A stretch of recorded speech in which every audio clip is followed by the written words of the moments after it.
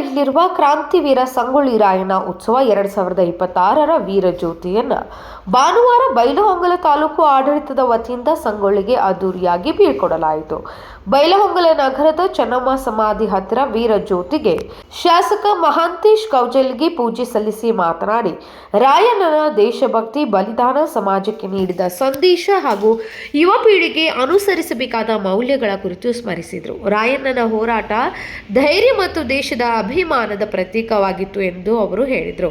ಈ ಸಂದರ್ಭದಲ್ಲಿ ತಹಸೀಲ್ದಾರ್ ಎಚ್.ಎನ್. ಶಿರಹಟ್ಟಿ, ತಾಲೂಕು ಪಂಚಾಯಿತಿ ಇಒ ಸಂಜೀವ್ ಜನ್ನೂರ್, ಸಾರಿಗೆ ಅಧಿಕಾರಿ ಜಯಾನಂದ್ ನರಸನ್ನವರ್, ತಾಲೂಕು ಗ್ಯಾರಂಟಿ ಸಮಿತಿ ಅಧ್ಯಕ್ಷ ಡಾಕ್ಟರ್ ಮಹಾಂತೇಶ್ ಕಳ್ಳಿಬಡ್ಡಿ, ಕಂದಾಯ ಅಧಿಕಾರಿ ಬಸವರಾಜ ಬೋರ್ಗಲ್, ಗ್ರಾಮ ಲೆಕ್ಕಾಧಿಕಾರಿ ಪರಮಾನಂದ್ ಕಮಾರ್, ಪಿಎಸ್ಐ ಎಫ್.ವೈ. ಮಲ್ಲೂರ್, ಕುರುಬ ಸಮಾಜದ ಮುಖಂಡರಾದ ಲಕ್ಷ್ಮಣ್ ಸೋಮನಟ್ಟಿ, ವಿಜಯಕುಮಾರ್ ದಳವಾಯಿ, ರಮೇಶ್ ಹಿಟ್ಟರಗಿ ಹಾಗೂ ತಾಲೂಕು ಮಟ್ಟದ ವಿವಿಧ ಇಲಾಖೆಯ ಅಧಿಕಾರಿಗಳು, ರಾಯಣ್ಣನ ಭಕ್ತರು ಉಪಸ್ಥಿತರಿದ್ದರು.